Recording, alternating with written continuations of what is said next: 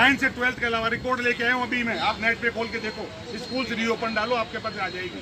केवल बिहार ने 6वीं से लेके 12वीं तक खोलने का 4 जनवरी से सोचा है। हाँ सही है। हमने सरकार से बात की तो मंत्री जी को जब समझाया तो उनका 6वीं से 12वीं खोल देंगे, लेकिन मेडिकल डिपार्टमेंट राजी हो और गृह विभाग राजी हो। इसमें जो फैसला करता है वो मेडिकल डिपार्टमेंट करता है, डॉक्टरों की टीम करती है। और अरे सुन तो दो भाई, पहले सुनो, आप मुझसे पूरे सवाल करना, आपको हर आदमी को आ जाएगी सवाल करने की, मैं सवाल का जवाब दूंगा। अरे बात को सुनो, टेक्निकल 2 चीज होती है। चलो भाई, जो धरना प्रदर्शन किया जा रहा है, तो इसमें आपकी माइनॉरिटी का क्या स्टैंड है? देखिए, पिछले 10 महीने से पूरे हिंदुस्तान में स्कूल बंद चल रहे हैं।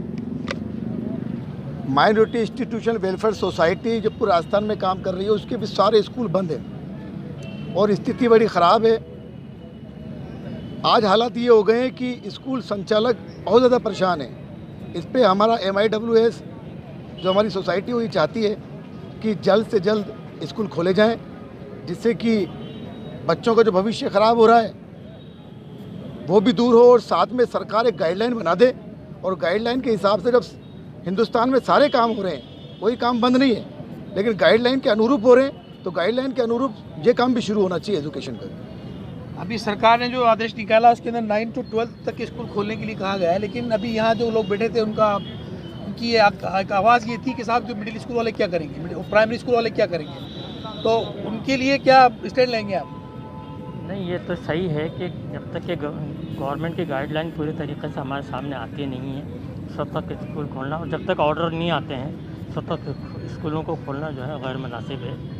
इस तरीके से स्कूल जो भी खोले जाएँ, जबकि जहाँ पर कोई ठोस हमारे पास ऑर्डर जब आ जाए। दूसरी बात ये है कि स्कूल तो जहाँ तक क्लासेस का ताल्लुक़ है वो तो सभी खुलने चाहिए, चाहे वो प्राइमरी सेक्शन हो, चाहे मिडिल सेक्शन हो, चाहे सेकेंडरी सेक्शन हो। कोरोना जो है वो ऐसा नहीं है कि पर्टिकुलर जगह के ऊपर आएगा और जगहों के ऊपर नहीं आएगा, ये नहीं है। इसलिए स्कूल जो है खुलने चाहिए पूरे, क्योंकि इस वक्त हालात बहुत ज़्यादा ख़राब हो चुके हैं। बच्चे जो हैं तालीम से बिल्कुल बेदार हो चुके हैं। इस बेदारी को दूर करने के लिए ऐसा ये कदम उठाना नहायत ज़रूरी है, और मैं जो है वो इसी सिलसिले के अंदर यहाँ पर एक एजुकेशन के बतौर सामने पेश हुई। अभी 2 बातें यहाँ पर खुलकर के सामने आई हैं, जैसे कि बिजली शर्मा ने ऐलान किया था कि साहब गवर्नमेंट के आदेश 9 to 12 के हैं, और मैं कहता हूँ कि आप पहली से 12 तक स्कूल खोलो, तो क्या ये जोखिम उठाना सही है?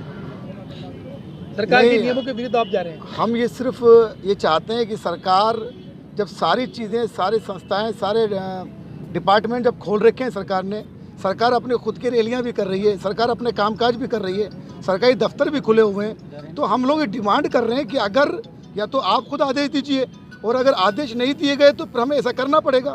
हम चाहते हैं कि सरकार गाइडलाइन बनाए और गाइडलाइन बना करके आदेश दे, जिससे कि अनिल शर्मा जी जो अपनी बात रख रहे हैं वो बात पूरी हो और हमारी स्कूल शुरुआत के दौर में जा सके। यहाँ धरने के लिए लोगों को इकट्ठा किया था कि अब सब अनिश्चितकालीन धरना दिया जाएगा, लेकिन अभी यहाँ पर आवाज़ लगी कि धरने को स्थगित किया जा रहा है।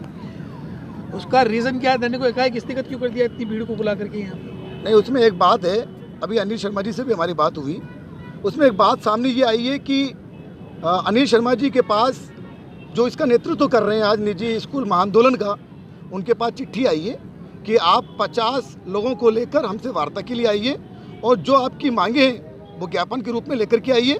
जो मांगे मानने की होंगी वो आपकी मानी जाएंगी, और फिर आगे का हम प्लान तय करेंगे। तो हमारे अनिल जी ये चाहते हैं कि आज जब उन्होंने वार्ता के लिए बुलाया है तो हम वार्ता के लिए जाएं और बात करें, और अगर वो नहीं मानेंगे तो फिर हम दोबारा आंदोलन की शुरुआत करेंगे। तो इसमें माइनॉरिटी के कितने प्रतिनिधियों को प्रतिनिधित्व मिला है 50 लोगों के अंदर? क्या कुछ आइडिया है आपको?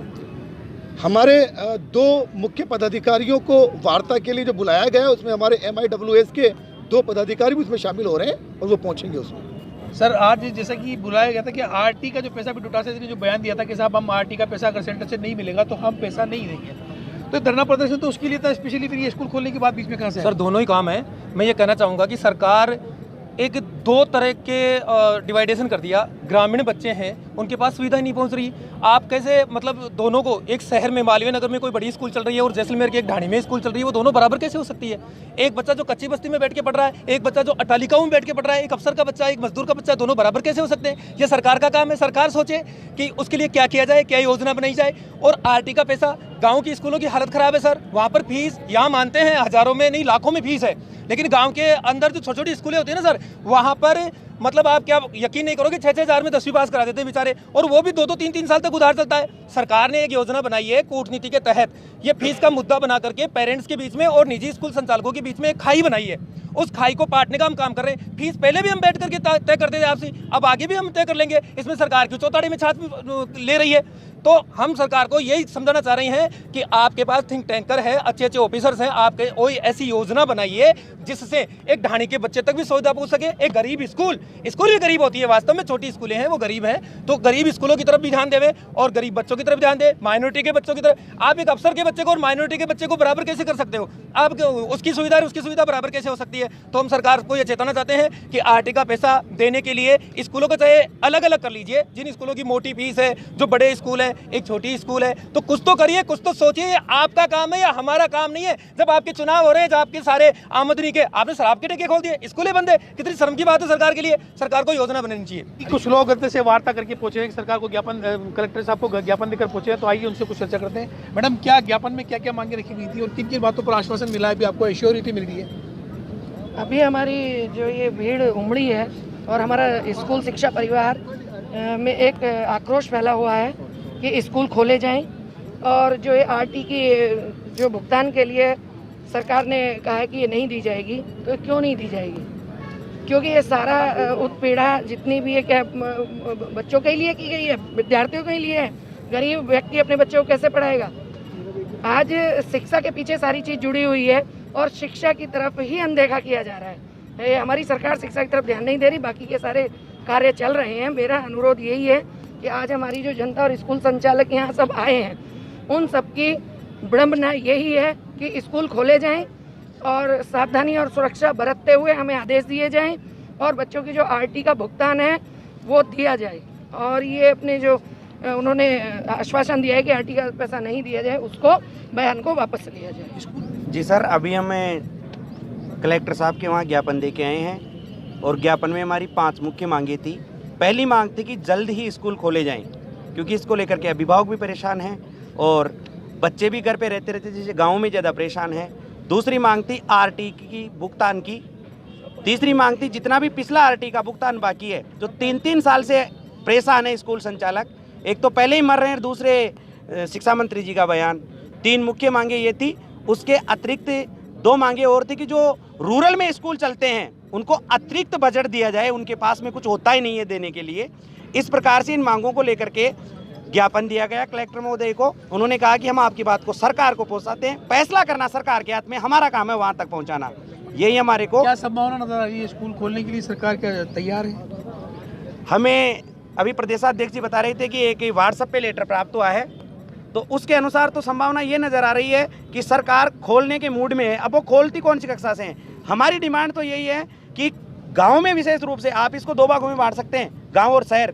शहर वाले बच्चे तो सर ऑनलाइन एजुकेशन ले लेते हैं, लेकिन मैं ग्रामीण से हूँ, ग्रामीण जिलाध्यक्ष हूँ, तो मुझे अच्छे से पता है जब सरकार ने एक प्रैक्टिकली बात है सर, 21 सितंबर से सहमति के नाम पर जब 9 से 12 तक के बच्चों को बुलाया गया, हमारे वहाँ 100% बच्चे आ रहे हैं, गवर्नमेंट स्कूल में भी आ रहे हैं, प्राइवेट स्कूल में भी आ रहे हैं। तो आप 100% खोलने का ही कम से कम कक्षा 6 से लेकर के 12 तक का पूरा आदेश और 1 से लेकर 5 तक का। हम मौजूद हैं राजधानी जयपुर के कलेक्टर सर्किल, और आप देख सकते हैं आज यहाँ जयपुर ही नहीं, राजस्थान के सभी निजी स्कूलों के डायरेक्टर और अध्यापक और प्रिंसिपल यहाँ मौजूद हैं। उनकी यही मांग है सरकार से कि सरकार जो कि 10 महीने से स्कूल बंद है उनको स्कूल को खोले, और जो 2 साल से आरटी का पैसा सरकार ने रोक रखा है उनका पैसा उनको दे, ताकि वो अपना काम कर सके, अपना घर चला सके। यहाँ जो शिक्षा स्कूल के अध्यक्ष हैं अनिल जी भी यहाँ मौजूद हैं, लोगों को गाइड कर रहे हैं, लोगों को समझा रहे हैं कि सरकार भी मजबूर है, परेशान है, उनके भी हाथ बंधे हुए हैं। सरकार जैसे पैसा आएगी वो पैसा दे देगी, लेकिन और उन्होंने ये भी कहा कि लोग कोऑपरेट करें और 4 तारीख से स्कूल खुलने की मांगे। आज यहाँ के कुछ लोग जो कि कलेक्टर को ज्ञापन भी दिया और ज्ञापन देने के बाद यहाँ आए, उन्होंने आके हमसे बात की और बताया कि हमने कलेक्टर को ज्ञापन दिया है। उन्होंने यही कहा कि 4 तारीख को स्कूल खोल दिए जाएंगे। कैमरामैन अब्दुल नदीम के साथ इकराम खान, हेल्पलाइन न्यूज़।